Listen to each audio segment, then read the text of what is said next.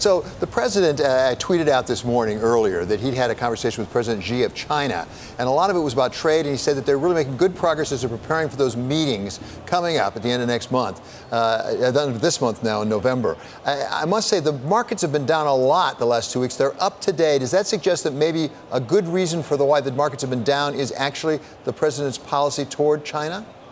Well, I don't know if you can draw a direct correlation between trade with China and the markets.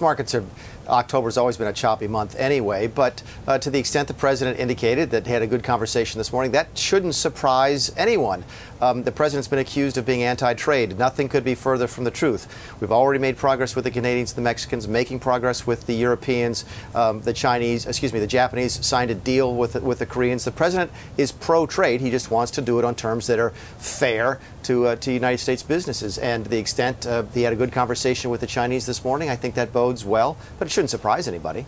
So we'll find out at the end of the month, as I say, exactly what comes out of this as we wait for more tariffs to come into effect. One of the things that was different in October wasn't just a choppy month. We had a lot of earnings results out of companies that seemed to really displease the markets, I think it's fair to say. A lot of that had to do with, frankly, some forward looking that was not as optimistic as we had in the past. What is the sense that we may be coming off of that sugar high that we've talked about before that we got from the tax cuts? Yeah, we couldn't disagree with that assessment more fervently. We really don't think this is a sugar high. We've said that for several months now. We think we've fundamentally changed the way we tax wealth and create wealth in this country, that this was not a one-time boost to the economy. Maybe a bonus that you got at the end of the year was a one-time boost, but the salaries are up. I think you're seeing tremendous growth, over 3% now in blue-collar take-home wage, in blue-collar pay. We're changed the way we tax investment of capital. That's just now starting to pay dividends. So no, we don't believe it's a sugar high, and we do believe the fundamentals are still strong. I've seen the same reports that you have about so-called peak earnings and so forth. I can tell you from a government perspective, all the things that we see are hitting on all of the cylinders. Jobs numbers are still good. Wage numbers are still good. Inflation is still great. Growth is still there. So we're doing our job here in sort of getting the government out of the way to let the American economy do what it does best, which is grow. We don't pay as close attention as people might think to the day-to-day operations and rises and falls in the stock market. We're interested in the underlying currents, the fundamentals, and they continue to look extraordinarily strong. And one of those fundamentals that I know you personally have taken a real interest in, back when you were a congressman as well as in your current job, is the deficit and the debt, those twin evils potentially for the government. That can really put a damper on growth, as you have said repeatedly in both of your jobs. We had your colleague, Mr. John Bolton, yesterday actually say this is a national security problem, the extent of the debt and the deficit. What are the plans from this administration to cut the deficit and the debt? Two different things. Well, again, they are and they aren't. The debt is simply the accumulated deficit. So if you have a deficit one year, that gets added to the debt. If you can somehow move to a surplus, that pays down the long-term debt. So while they are technically two things, they're all driven by annual deficits. So the accumulated deficits year over year is the debt. So what are we doing about it?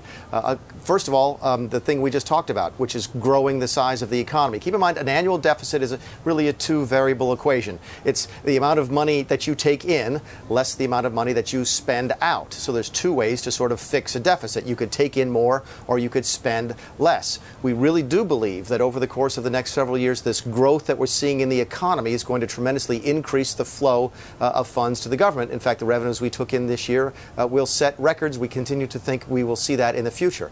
We will see spending take more and more center stage. As you and I have talked about before, we felt like we had to increase spending last year in order to get the military the increases that they needed in order to make up for the sequester. The price for doing that was increasing other discretionary spending, but that's done now. And what you heard the president say at the cabinet meeting the week before last was 5% across the board discretionary spending for everybody. I think that's a strong message. The president now is focused on the deficit, focused on spending, and you're going to see it continue to be a priority of this administration as we move into the discussion about funding the government for next year. Right. And finally, the reason why I drew a distinction was actually what you do about it, because there's one that's discretionary spending, as you just talked about, which I think have more directly affected the deficit year by year. But ultimately on the debt, as I think we can agree, we will not make real progress without dealing with entitlements, because that is really what is going to really damper growth in the long term. Is the administration, in the second 2 years of this administration, going to come up with a comprehensive plan for dealing with entitlements?